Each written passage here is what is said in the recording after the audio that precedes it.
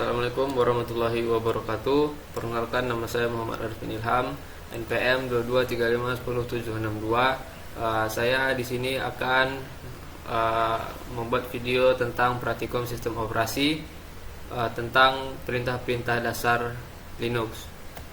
Baik, yang pertama kita membuka VirtualBox, lalu start.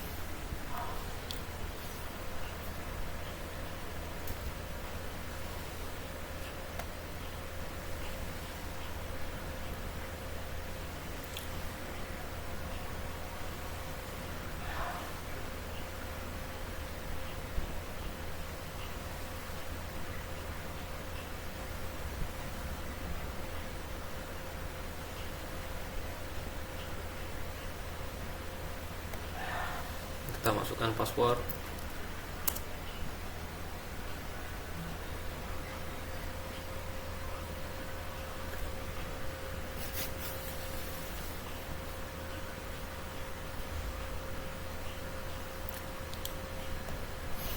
Pertama lalu kita cari terminal. Oke. Lalu kita coba yang pertama, perintah date. Perintah date ini dia untuk menampilkan tanggal dan waktu sekarang. Karena hari ini saya karena hari ini saya membuat tugas pada tanggal 23 November hari Kamis jam 12:02. Lalu selanjutnya perintah hostname. Perintah hostname ini perintah untuk mengetahui hostname server yang dimiliki. Di sini namanya Arifin, nama saya sendiri. Lalu ada ARCH. Fungsi HRCH ini menampilkan arsitektur prosesor yang sedang digunakan oleh sistem, misalnya kali 86_64. Lalu perintah berikutnya uname strip A.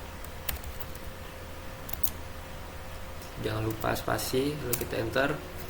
Gunanya di sini untuk menampilkan informasi lengkap tentang sistem operasi, kernel, dan arsitektur perangkat keras yang sedang berjalan. Linux Arifin merupakan nama kernel yang digunakan oleh sistem operasi. Mana lagi? My hostname Arifin VirtualBox itu merupakan nama host atau hostname dari sistem. Lalu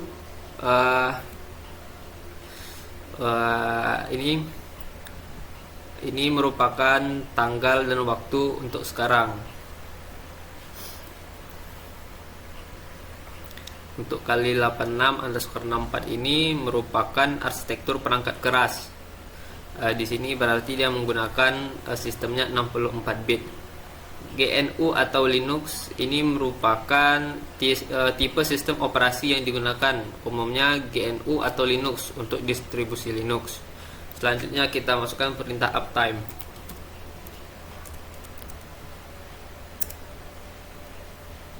Perintah uptime ini digunakan untuk menampilkan berapa lama sistem telah berjalan, serta informasi tambahan seperti jumlah pengguna yang sedang login, rata-rata beban sistem, biasanya selama 1 atau 5 dan 15 menit terakhir. Di sini 12:04 ini merupakan waktu saat perintah atau uptime dijalankan. Satu user upstream ini sistem telah berjalan selama 3 menit. Satu user ini merupakan jumlah pengguna yang sedang login. Load average ini rata-rata beban sistem.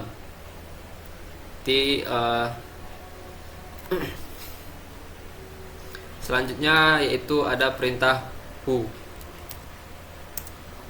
Perintah ini digunakan untuk menampilkan informasi tentang pengguna yang sedang login ke sistem. Di sini yang sedang login adalah ini. Lalu ada perintah ID. Perintah ID ini digunakan untuk menampilkan informasi tentang identitas pengguna dan grup. Seperti ini outputnya. Lalu ada perintah last. Perintah last ini digunakan di Linux digunakan untuk menampilkan catatan login pengguna ke sistem. Perintah ini menunjukkan informasi seperti nama pengguna, terminal yang sedang digunakan, alamat IP atau hostname, waktu login dan logout. Seperti ini outputnya. Lalu ada perintah W. Perintah ini digunakan untuk menampilkan informasi tentang pengguna yang sedang login, termasuk informasi seperti nama pengguna, terminal yang digunakan, waktu login, waktu aktif, beban sistem, dan perintah yang sedang dijalankan. User ini adalah nama pengguna dengan yang sedang digunakan, berarti penggunanya Arifin. TTY ini terminal yang sedang digunakan, TTY 2. From, alamat IP atau hostname dari nama pengguna melakukan login. Lalu ada login, ada waktu login yaitu waktu login. Ada idle, waktu tidak aktif. DC CPU, waktu total CPU yang digunakan oleh proses terkait dengan pengguna. PCPU, waktu CPU yang digunakan oleh proses yang saat ini berjalan. Perintah atau aktivitas yang sedang dilakukan oleh pengguna. Lalu selanjutnya ada perintah top. Perintah top ini digunakan untuk menampilkan informasi real time tentang penggunaan sumber daya sistem seperti penggunaan CPU, memori, dan proses yang sedang berjalan. Perintah ini sering digunakan untuk memantau kinerja sistem secara langsung. Untuk melanjutkan ke sistem berikutnya, setelah kita masukkan perintah top tadi, kita tekan saja Ctrl C. Lalu perintah selanjutnya ada user add. User add ini digunakan untuk membuat atau menambahkan akun pengguna baru ke sistem. Lalu perintah selanjutnya ada userdel. Userdel ini digunakan untuk menghapus akun pengguna dari sistem. Perintah userdel biasanya digunakan bersama dengan user add untuk menangani manajemen akun pengguna di sistem Linux. Dan yang terakhir yaitu ada perintah clear. Nah, perintah clear ini di Linux digunakan untuk membersihkan tampilan terminal atau konsol sehingga layar terminal akan menjadi kosong dan bersih seperti ini. Penggunaan perintah ini tidak menghapus riwayat perintah yang telah dieksekusi, hanya membersihkan layar terminal saja.